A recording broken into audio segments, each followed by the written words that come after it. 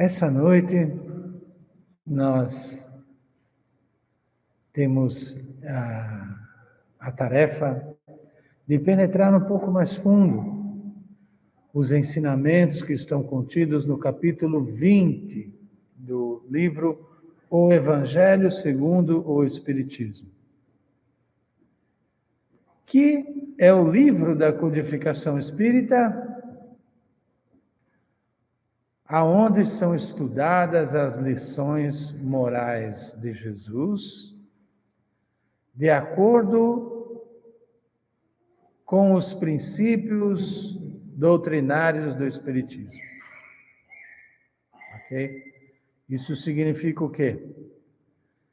Significa que todas as lições de Jesus, contidas nesse livro, são estudadas levando em conta a existência de Deus, a imortalidade da alma, a pluralidade das existências. O que é isso? A lei da reencarnação. A pluralidade dos mundos habitados no universo, no cosmos. Levamos em conta, no estudo das lições morais de Jesus neste livro, a comunicabilidade entre o plano espiritual, a pátria espiritual, o plano astral, não importa o nome que nós damos a essa dimensão, mas é um mundo primitivo, normal, nosso, porque somos habitantes da pátria espiritual. Estamos só de passagem neste mundo. Esta não é a nossa casa definitiva. É um lar passageiro. Somos espíritos, viemos do mundo espiritual e para lá vamos voltar. Então, nesta dimensão, os que lá habitam podem, segundo o princípio doutrinário da comunicabilidade entre os planos, comunicar-se com a gente. A gente quem? Nós, os encarnados aqui, da dimensão física do planeta Terra. Então, considerando todas essas possibilidades, que para nós são realidades, é que nós interpretamos as lições de Jesus. E interpretamos ainda, levando em consideração uma coisa importantíssima para nós hoje, que é a necessidade de desenvolvimento das criaturas pela ação da lei divina de evolução. Ou seja, todos nós somos criaturas evolutivas. Estamos num processo de desenvolvimento, de evolução, que independe da nossa vontade. Porque é a lei de Deus. Porque todo o universo evolui, se desenvolve, é dinâmico e se expande. E nós não temos como fugir à ação dessa lei. Porque estamos imersos na criação de Deus, que é presidido por suas leis. Em outras palavras, a sua vontade.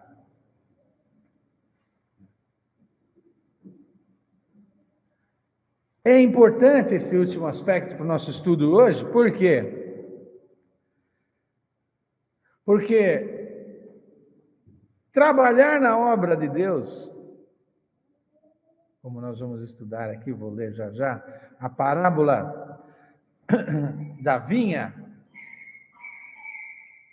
dos trabalhadores da última hora, trabalhar nessa vinha, trabalhar na obra de Deus, é justamente colaborar para esse desenvolvimento, é colaborar para essa expansão do universo, para esse crescimento, essa transformação a que o universo está sujeito. E trabalhamos para o desenvolvimento da obra de Deus, trabalhando para o desenvolvimento material e moral. Material e espiritual. De toda a criação. De toda a criação. Então, aqueles que se colocam dinamicamente nessa proposta de trabalhar nesse sentido, é aqueles que estão efetivamente contratados na condição de obreiros de Deus nosso Pai. A parábola que vamos estudar é justamente essa. Jesus contou que o reino dos céus, e quando Jesus conta do reino dos céus, ele tem muita dificuldade para passar para nós aquela época, muita dificuldade. Como era a dimensão espiritual nos seus planos mais elevados? Porque Jesus veio anunciar a existência de um outro mundo, que não é só esse. Meu reino não é desse mundo. Se ele está dizendo que o reino dele não é desse mundo, automaticamente ele está falando da existência de um outro. Não é desse, porque existe outro. Meu reino não é daqui. Desse reino, desse plano, dessa outra dimensão espiritual, Jesus se limitou a poucos detalhes, pela nossa incapacidade de apreensão desses pormenores. Ele apresentou a dimensão espiritual para nós, dizendo que havia nessa dimensão espiritual um reino dos céus, lugar de muita alegria, que ele comparava as festas da terra, porque era um lugar de felicidade, de alegria, mas também falou que nesse outro mundo havia lugar de choro e ranger de dente. Também chamava das trevas exteriores. E Jesus apresentou para nós, então, o plano espiritual, né? E dada a riqueza de detalhes, de informações a serem buscadas para o entendimento de como funcionam esses planos, Jesus falou: eu tenho muito mais coisas para falar a esse respeito para vocês, mas vocês, por hora, não poderiam suportar. Mas tenham fé em Deus, tenham fé em mim. Eu rogarei ao Pai e Ele vos enviará um outro Consolador, que é o Espírito de verdade, a quem o mundo hoje não pode receber. Porque a verdade vem dosada, na medida da possibilidade de recebimento daquele que a recebe, né? Assim como nós dosamos os ensinamentos para nossas crianças, na medida do seu crescimento e capacidade de absorver os ensinamentos, o plano espiritual age da mesma forma conosco.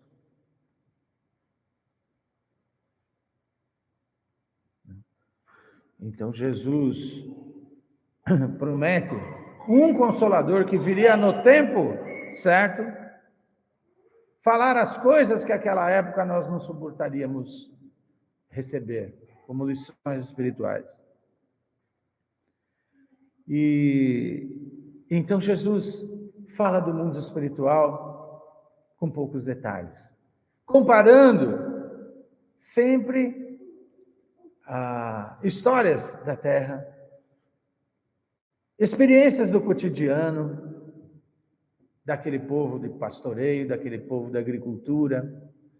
Então ele dizia: o reino dos céus é como um senhor que saiu para contratar trabalhadores para a sua vinha. Era uma plantação comum à época. Hoje, para nós, foi contratar trabalhadores para a sua roça. E Jesus disse que esse pai de família saiu ao romper da manhã para assalariar trabalhadores para a sua vinha. E feito com os trabalhadores o ajuste de um dinheiro por dia, mandou-os para a sua vinha. Depois, saiu novamente à terceira hora do dia. depois de 3 horas do dia raiado, 3 horas de luz, ele saiu novamente. E viu estarem outras pessoas na praça, ociosos, e disse-lhes: ide vós também para a minha vinha, para a minha roça, e dar-vos-ei o que for justo. E eles foram. Depois saiu, porém, uma outra vez, junto da 6ª hora de luz do dia, e junto da 9ª hora também, e fez a mesma coisa. E assim, junto da 11ª hora, tornando a sair, achou outros que lá estavam e disse: por que estáis vós aí o dia todo aqui ociosos? E responderam-lhe eles: porque ninguém nos assalariou. Ele lhes disse: então, ide vós também para a minha vinha. Porém, lá no fim da tarde, disse o senhor da vinha ao seu mordomo: chame os trabalhadores e paga-lhes a jornada, começando pelos últimos e acabando nos primeiros. E aí, tendo chegado, pois, os que foram junto da 11ª hora, recebeu cada um o seu dinheiro. E chegando também os que tinham ido primeiro, julgaram que haviam de receber mais. Porém, também esses não receberam mais do que 1 dinheiro cada um. E, ao recebê-lo, murmuravam contra o pai de família, dizendo: esses que vieram por último não trabalharam senão 1 hora, e tu os igualaste conosco, que aturamos o peso do dia e do calor. Porém, ele respondendo a um deles, lhe disse: amigo, eu não te faço agravo algum. Não convieste tu comigo em receber um dinheiro? Então toma o que te pertence e vai-te. Porque eu, de mim, quero dar também a este último tanto quanto a ti. Visto isso, não me é lícito fazer o que quero? Por acaso, o teu olho é mau, porque eu estou sendo bom? Assim, serão últimos os primeiros, e os primeiros os últimos, porque são muitos os chamados e poucos os escolhidos. Esta parábola Jesus contava para tentar passar para nós, naquela época, como funcionava as leis do nosso Pai Celestial governando o mundo espiritual, governando o mundo material, a relação entre ambos e nós, e a nossa felicidade inserida nesse contexto dos dois planos.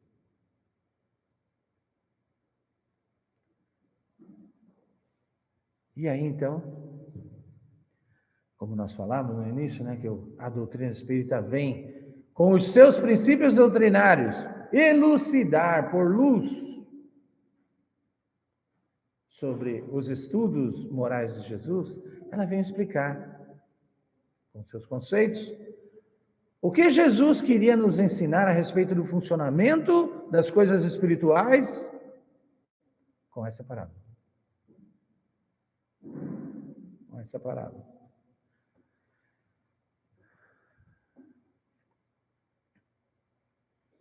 Bom, nós encontramos nas interpretações kardecianas que Kardec faz, né, na sequência dessa parábola, o primeiro parágrafo, iniciando com a frase de Kardec, já começa dizendo: o Senhor da vinha é Deus, o dono da roça, do plantio, que tem seus objetivos. O dono da roça tem o objetivo de plantar e colher. Que no entendimento espiritual é produzir desenvolvimento e evolução na sua criação. É fazer expandir, crescer, evoluir a sua criação. E a sua criação é espírito e matéria. Questão 27 do Livro dos Espíritos. Tudo no universo é espírito e matéria. E acima de tudo, Deus. Eis a criação, espírito e matéria. Ambos criados na sua forma mais simples, mais elementar, mais primitiva. O princípio inteligente, criado simples e ignorante. E o fluido cósmico universal, a matéria elementar, suscetível de combinar e recombinar-se, assumindo as diferentes formas que estruturam esse universo que nós observamos, esse universo material que nós observamos.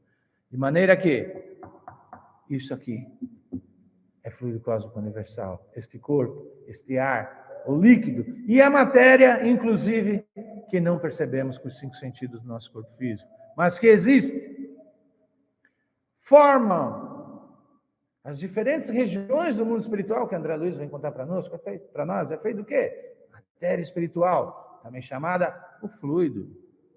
É o fluido transmitido nos passes, o fluido que estrutura nosso perispírito, que compõe nosso perispírito, o fluido tão suscetível da influência do agente espiritual, que é o princípio inteligente, que é o espírito que somos nós, que age na matéria, age nos fluidos, transformando-os, dando a eles qualidade, porque ele em si é neutro. Qualidades positivas, qualidades negativas, qualidades pestilenciais, qualidades curadoras. E por aí, nesta fala, nós já vamos percebendo como podemos transformar a criação. Como podemos colaborar na obra de Deus ou ser pedra de tropeço nessa obra, atrapalhar.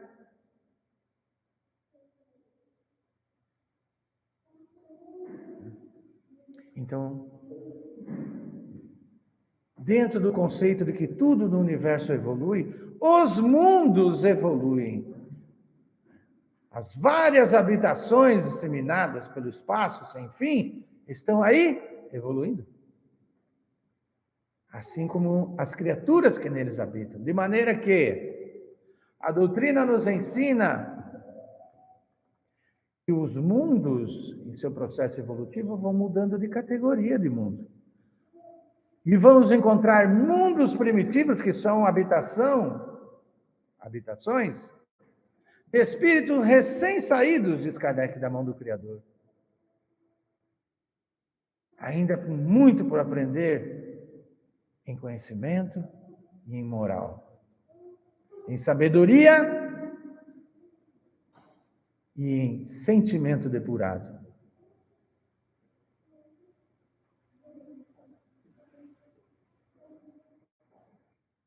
E assim como o nosso planeta Terra obedece ciclos do dia e da noite, das estações do ano, ciclos anuais, a nossa estrela, Sol, possui seu ciclo em torno da galáxia. Os ciclos evolutivos dos planetas, dos mundos habitados, também possuem seus ciclos para que eles possam, gradativamente, subir na hierarquia dos mundos. Este é o objetivo da roça do Pai. O trabalho de engrandecimento da criação. E esta parábola vem justamente nos contar o funcionamento de um determinado mecanismo do qual o Pai se utiliza para que a coisa cresça, evolua e se desenvolva, que é enviar missionários.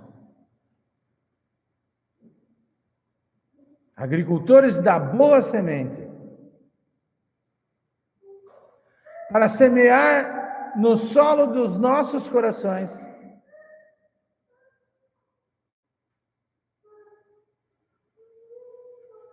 aquilo que desenvolve a criatura.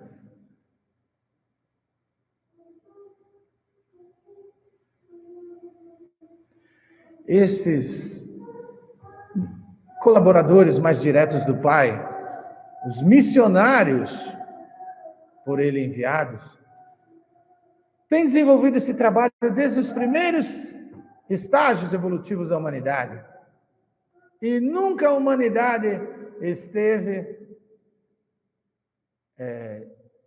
ausente da presença, ou essa presença se fez ausente entre nós, desde quando habitávamos as cavernas, estavam lá seres mais desenvolvidos a nos ensinar a fazer o fogo, desenvolver armadilhas, propiciasse melhores condições de vida para aquele grupo social, até que a humanidade recebesse hordas e hordas de espíritos transplantados de mundos, onde a presença deles lá era motivo de desarmonia, para colaborarem no nosso engrandecimento. E recebemos esses espíritos exilados aqui na Terra, que promoveram grandes impulsos à nossa civilização. No Egito Antigo, na Europa, no Oriente, na Ásia Menor, entre os arianos, egípcios, judeus, hindus. Estavam ali chegando esses missionários que iam contratar trabalhadores para a roça do Senhor, para a vinha do Senhor, para que fossem também agentes de transformação, evolução, desenvolvimento entre nós.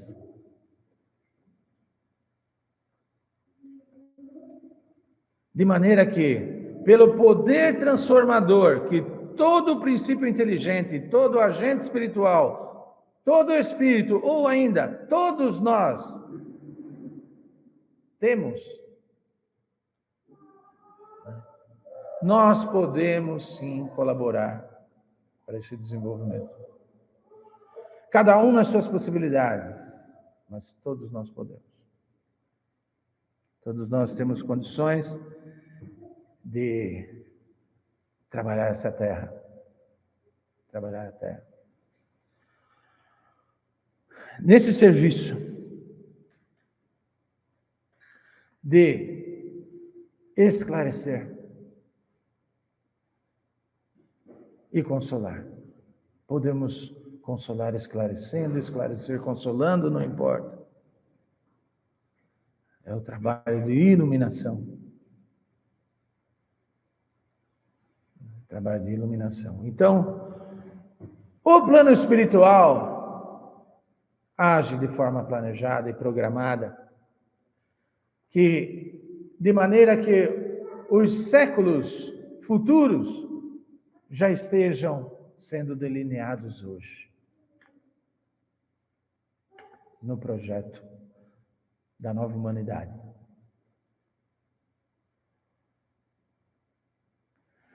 Assim como na época de Abraão já se pensava nos judeus pelo deserto, assim como quando os judeus trilhavam no deserto já se pensava o advento do Cristo, e assim como Cristo, nos últimos momentos com seus apóstolos, na chamada Santa Ceia, pôde planejar e prometer a vinda do Consolador. 18 séculos depois, já tudo programado. Então, dentro dessa perspectiva de que nada acontece caoticamente, nada acontece ao acaso, mas tudo é muito planejado, a espiritualidade superior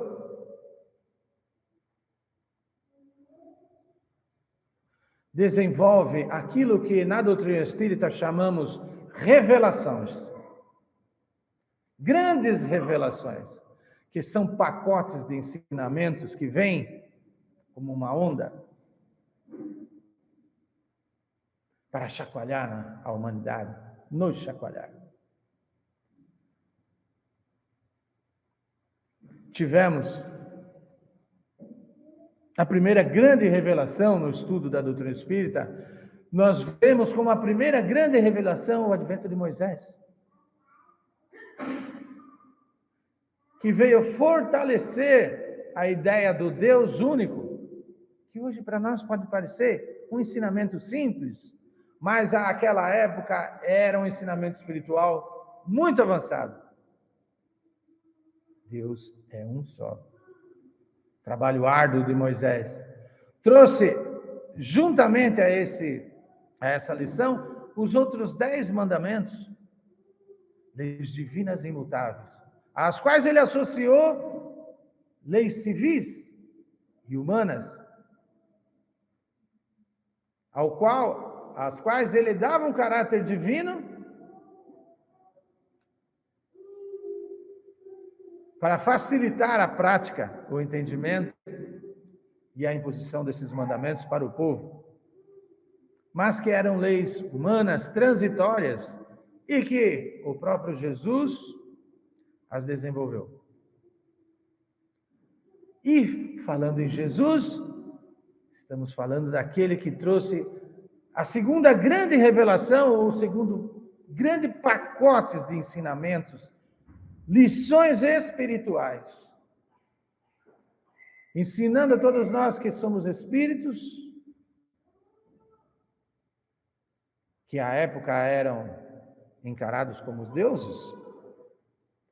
Consultar os deuses era consultar os espíritos. E Jesus dizia: vós sois deuses. Vocês são espíritos que vão se desenvolver, poder fazer tudo o que eu faço e muito mais. Veio falar da existência do mundo espiritual. Veio falar que todos nós somos, além de criaturas espirituais, somos criaturas espirituais perfectíveis, ou seja, destinados à perfeição relativa a qual a criatura pode chegar. E dentro desse processo ninguém vai ficar de fora, porque ele diz: nenhuma ovelha se perderá no aprisco do Senhor. Todos nós chegaremos lá um dia.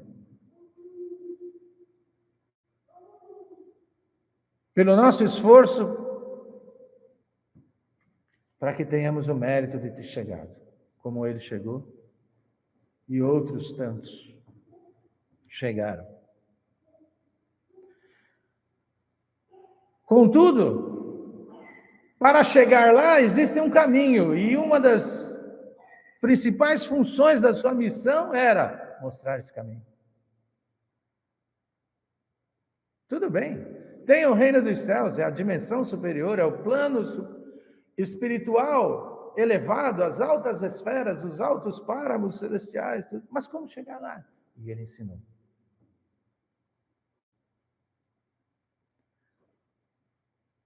Destacou cada uma das virtudes essenciais a essa ascensão, que são justamente as virtudes estudadas no livro O Evangelho segundo o Espiritismo.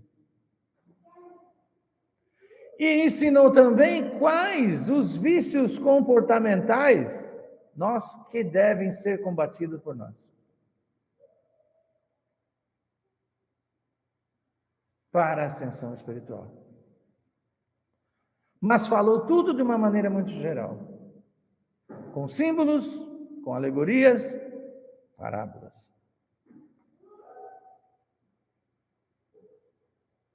Reconhecendo a nossa dificuldade, prometeu o Consolador como que dizendo: calma,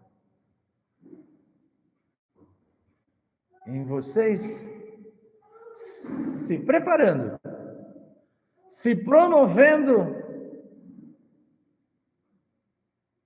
como candidatos a ensinos superiores, esse ensino virá, eu prometo. Eu prometo. E 18 séculos depois de Cristo, vem um novo pacote de revelações espirituais, que veio estudar, veio demonstrar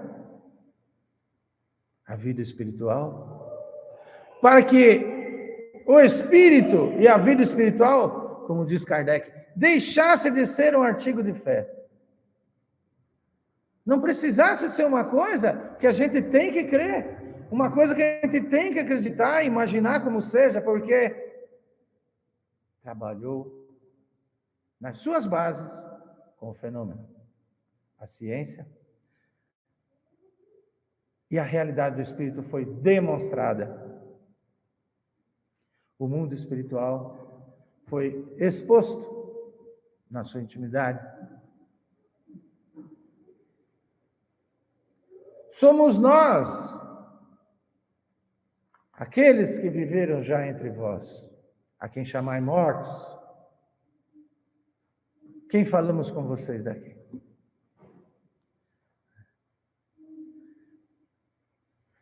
E então, a doutrina espírita se debruçou no seu aspecto moral religioso sobre este caminho que Jesus mostrou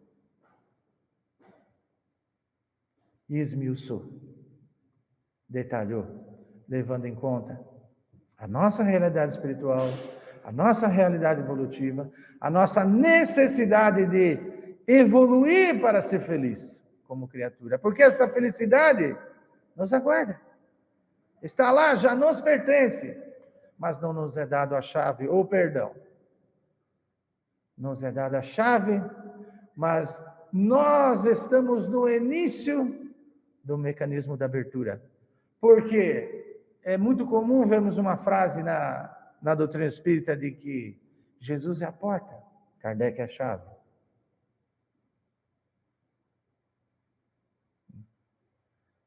Então, todos nós que temos contato com esses princípios espirituais ensinados pela doutrina espírita, que compreendemos, sentimos a realidade das suas colocações, dos seus princípios, é realmente verdade. Não pode ser de outro jeito.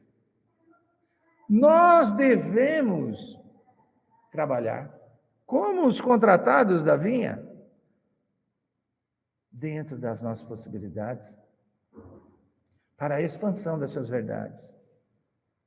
E não precisa estar em pé na tribuna para isso. Porque é sabido por todos nós que, por mais que as palavras convençam, são os exemplos que arrastam.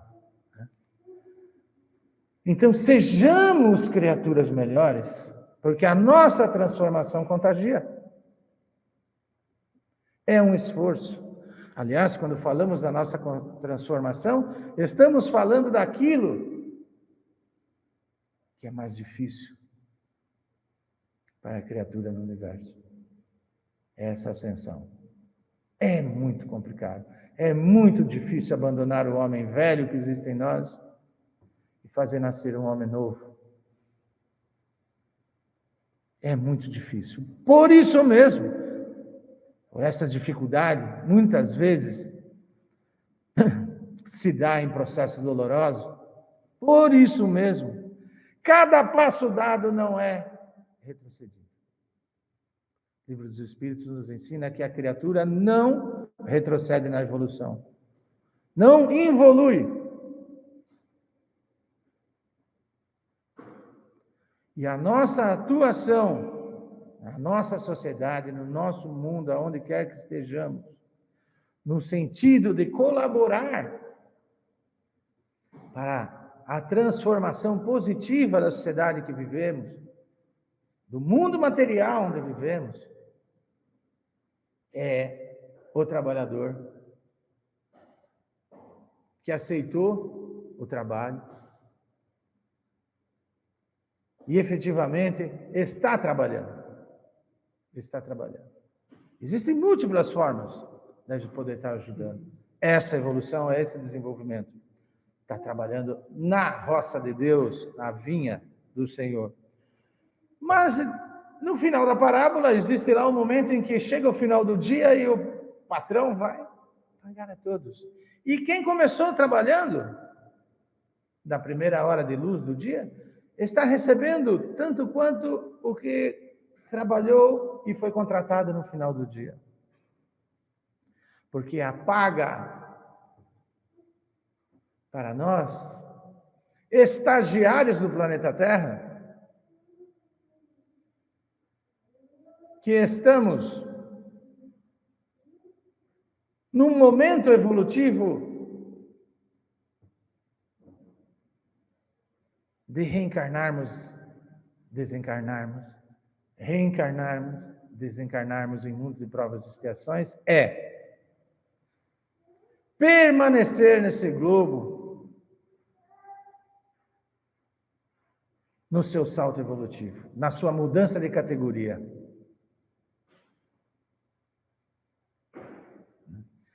E assim, aqueles que trabalharam desde as primeiras revelações, dos primeiros pacotes de lições espirituais que vieram para nós, estes permanecerão aqui.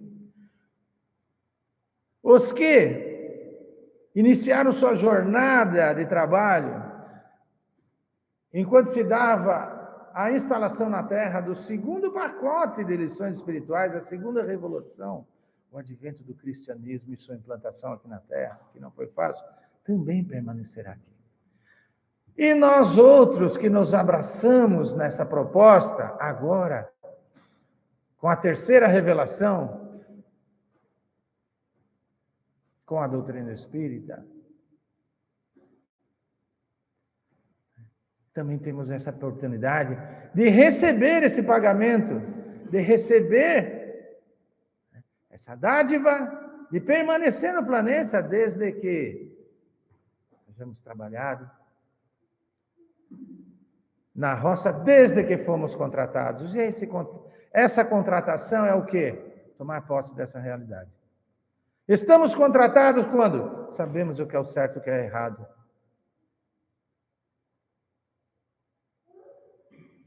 O que é pura mística, o que é culto exterior. Sabemos o que nos alimenta e o que nos enfraquece, fingindo que nos alimenta. E receitamos para as outras pessoas o que enfraquece, guardando a vitamina para nós. Não.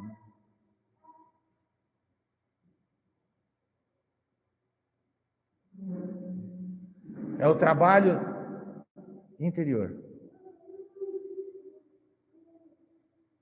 É o trabalho em si mesmo. Porque com o Livro dos Espíritos aprendemos, questão 919, que a chave do progresso espiritual está no autoconhecimento.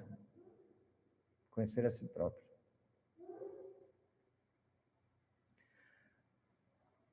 De formas que esse estudo que fazemos na noite de hoje não tem outro objetivo senão incentivar o nosso engajamento nessa proposta de trabalhar na vinha, que é colaborar no nosso nível, ser um co-criador, co-desenvolvimentista no nosso plano, aonde podemos, nos nossos limites, nas nossas possibilidades, nessa obra do Senhor. Com exemplo, com palavras, com atitudes. É estar arando a terra, é estar fertilizando a terra, é estar semeando na terra, esta terra é do Senhor. Esse é o recado da espiritualidade para todos nós. Muita paz a todos.